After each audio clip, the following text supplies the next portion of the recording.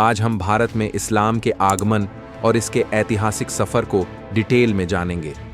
इस वीडियो में हम बात करेंगे भारत में इस्लाम के आगमन की कहानी और भारत में इस्लाम धर्म कैसे आया। खिलजी वंश के बाद 1220 में तुगलक वंश आया। यह वंश टर्की से आया था, लेकिन जिस खिलजी वंश ने इतना ताकतवर साम्राज्य खड़ा किया, आखिर उसका अंत कैसे हुआ, आइए जानते हैं। 1320 में खिलजी वंश के आखिरी सुल्तान कुतुबुद्दीन मुबारक शाह को उसके सेनापति गयासुद्दीन तुगलक ने धोखे से मार डाला।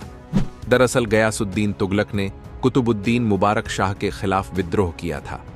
1320 ईस्वी में दिल्ली में सिरी किले के पास दोनों का युद्ध हुआ, जिसमें गयासुद्दीन तुगलक ने मुबारक शाह की सेना को हराया और उसकी हत्या कर दी।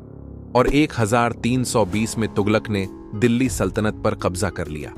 इसके बाद गयासुद्दीन तुगलक ने खिलजी वंश को खत्म कर तुगलक वंश की स्थापना की।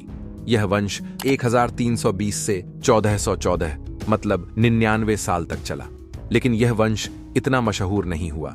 गयासुद्दीन तुगलक ने दिल्ली के तीसरे शहर तुगलकाबाद की स्थापना की और तुगलकाबाद किला बनवाया, जो तुगलक वंश का प्रमुख ठिकाना था।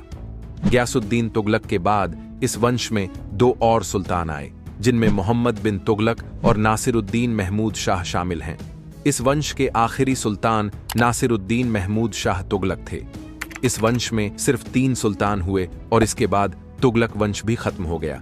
लेकिन खिलजी वंश को हराकर दिल्ली सल्तनत पर कब्जा करने वाला तुगलक वंश आखिर खत्म कैसे हो गया, और इसके बाद किसने दिल्ली सल्तनत पर कब्जा कर लिया, जानते हैं अगले चैप्टर में।